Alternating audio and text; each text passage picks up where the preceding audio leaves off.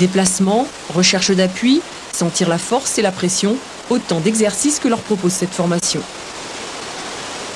Ce sont des plongeurs du département, donc ils sont à l'aise dans l'eau, ils interviennent toute l'année, mais ce qu'on essaie de leur apporter, ce sont des plus pour être beaucoup plus à l'aise dans l'eau, se déplacer pour aller récupérer une victime qui peut être coincée sur un arbre et surtout se déplacer sans se mettre en danger eux-mêmes, car il y a beaucoup de danger sur la rivière, surtout quand il y a du courant assez fort.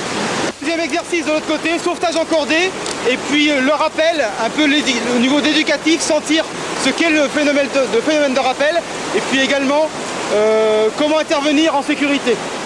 Le problème, c'est qu'au niveau de certains rochers, là, on se fait happer et puis on peut venir taper dessus si la position est mauvaise. Donc on nous apprend déjà à descendre jambes en avant pour éviter les obstacles. Bon, c'est des petites choses simples, mais qui peuvent faire très mal, je pense, quand on les connaît pas, quoi. Les sapeurs-pompiers comprennent alors d'autant mieux les risques que courent les novices. Bien souvent, face à une montée des eaux imprévisible, la panique saisit les habitants.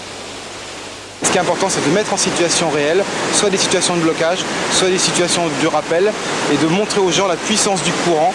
Du bord, ça n'a l'air de rien, mais une fois dans l'eau, c'est phénoménal. Dans un esprit d'innovation, l'association a mis au point des matériels, avec l'aide des pompiers, comme ce gilet de secours. Actuellement, un prototype de planche est en phase d'homologation. L'objectif, c'est d'anticiper le danger. Pour ne pas être confronté à des situations qu'on ne connaît pas, on vient s'entraîner avec des associations qui font partie du canoë-kayak, de l'eau vive, etc., de façon à pouvoir connaître les méthodes de travail qu'ils ont et nous de pouvoir adapter ces méthodes de travail au niveau du sauvetage. D'autant qu'on assiste aujourd'hui à un essor des activités de loisirs en France.